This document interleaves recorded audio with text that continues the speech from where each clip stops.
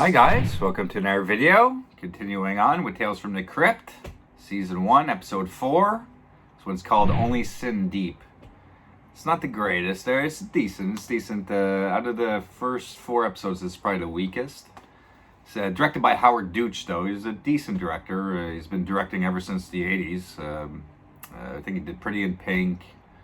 The movie even did movies in the later days, in 2001, I think it was, The Replacements with Keanu Reeves, and even nowadays he was directing episodes of the new Beverly Hills 90210 reboot series. So the guy's still making movies and TV shows today. So it's a decent director, and in the lead, it's his wife, Leah Thompson, from Back to the Future, and everything. But that's his wife in real life, still married today.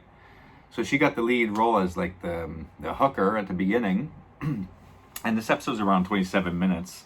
So it's all around the same time so far, these episodes. So she plays a hooker. She's walking the streets, late at night. She bumps into one of her lady friends there, working the streets, and then we see Pimp show up, and because Leah Thompson doesn't want to have no pimp or anything, so her friend's like, you're gonna have to do that or you're gonna wind up dead, but she's got a real attitude, Leah Thompson. I'm not a huge fan of her performance in this episode, I tell you the truth. Her just the way she changed her voice, I don't know, it seems really deep, and she's just really seeming really moody, and it just, it's not the greatest episode, like I said.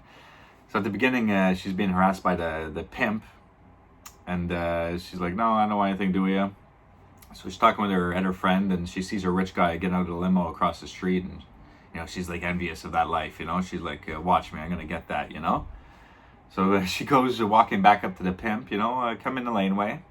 She has a gun in her purse, so she's I guess she just wanted to rob him, at first, but he tries to, after he gives all his jewelry and everything, he actually tries to get the gun off her, and it goes off a few times. It's kind of cheaply done there. No flash from the gun, nothing, and the little laneway feels like a set piece, But anyways, so she kills the pimp, just leaves him in the laneway, walks back into the main street area, and tells her friend, you're free, So she takes this all this jewelry. She goes to the pawn shop. This guy is running a weird pawn shop. He's got a lot of voodoo, witchcraft type artifacts around his pawn shop.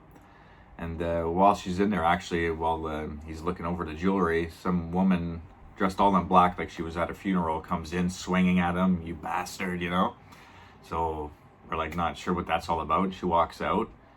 Leah Thompson's laughing, So the pawn dealer there, he's looking a bit off too, He's not the cleanest guy in the world. So he won't buy her jewelry because he thinks it's too hot, he could tell it's stolen. And she's like, all right. So she takes the gold and she's about to walk out, but he's like, wait a second, I'll buy your beauty though, She's like, no, I'm done with that life, No, he's like, I'll give you $10,000 if I can make a mold of your face, But it's not any ordinary mold. It's he's doing some voodoo stuff, kind of like a little seance with the casting.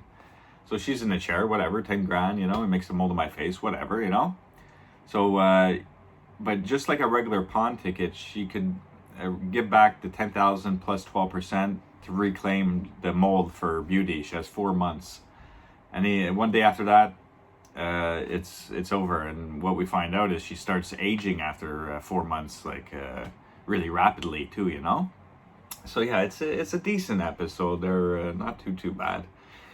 So after she goes to the pawn shop, she gets the 10,000. So she's like, well, she's going to use the money to kind of change her life, So she goes on a shopping spree, quick, a little montage, And she goes to that party where the rich guy was at the beginning, where she saw him get out of the limo. So she's going to go to that party and try to, I don't know, take that rich guy home, whatever. So she makes an entrance into that party, plays hard to get, gives the guy a slap at the party and everything. And but they end up leaving out the place. He falls head over heels for her for whatever reason, I don't know. She seems a bit off, but he likes her.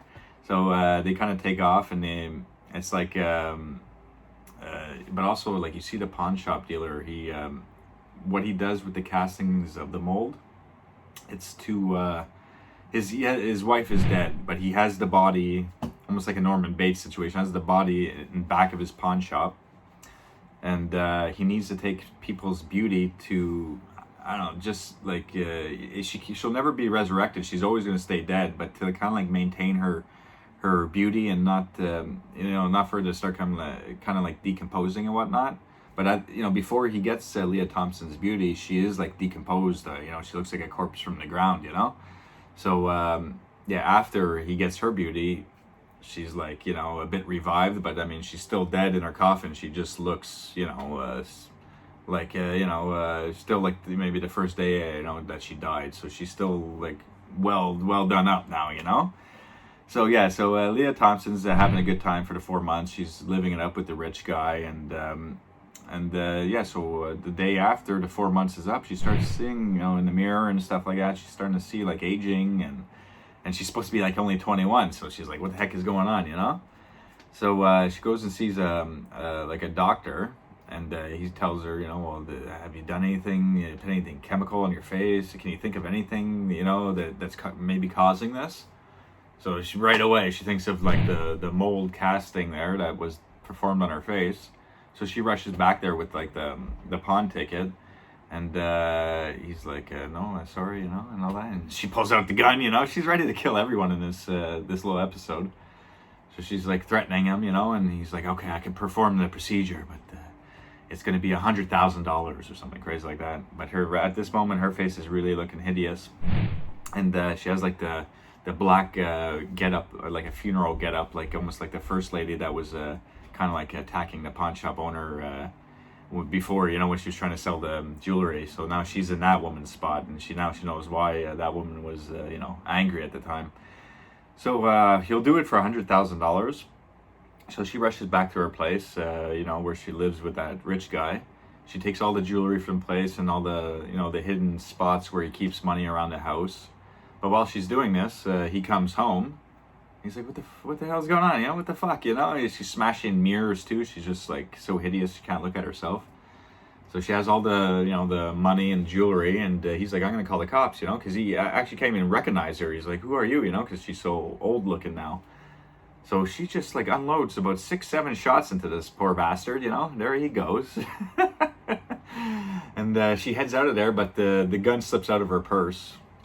She rushes over to the pawn shop. He's not open yet, so she takes a garbage can. I mean, this guy puts padlocks on the front of his shop. Like what the hell? He doesn't believe in locks inside, especially when you got a dead wife hiding out in your pawn shop.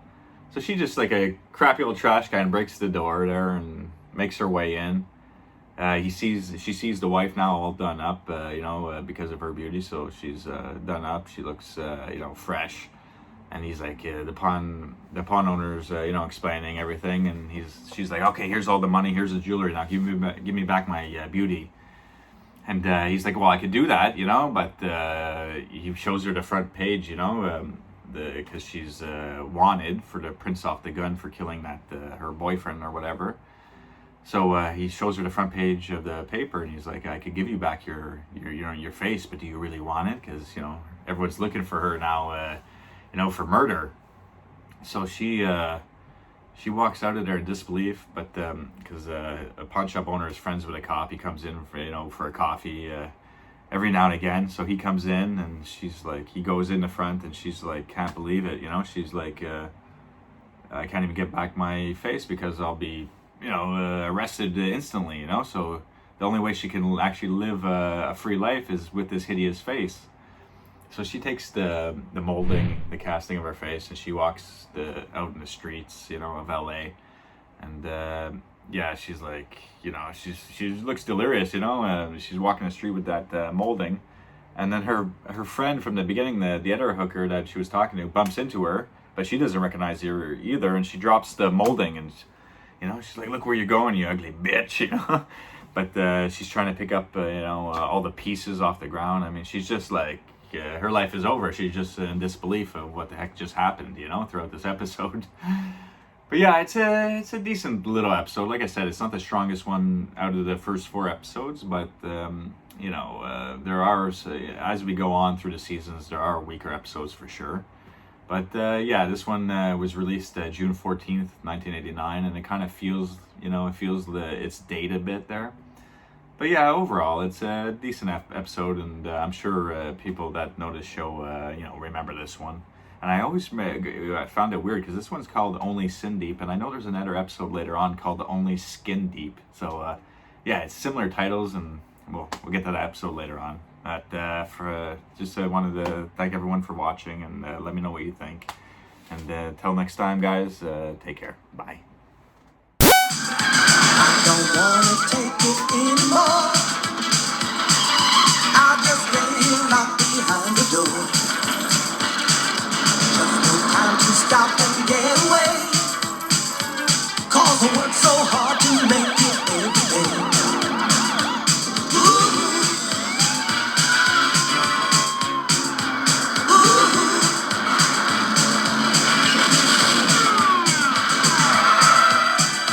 Nah, man, that ain't me. I'm from Buffalo.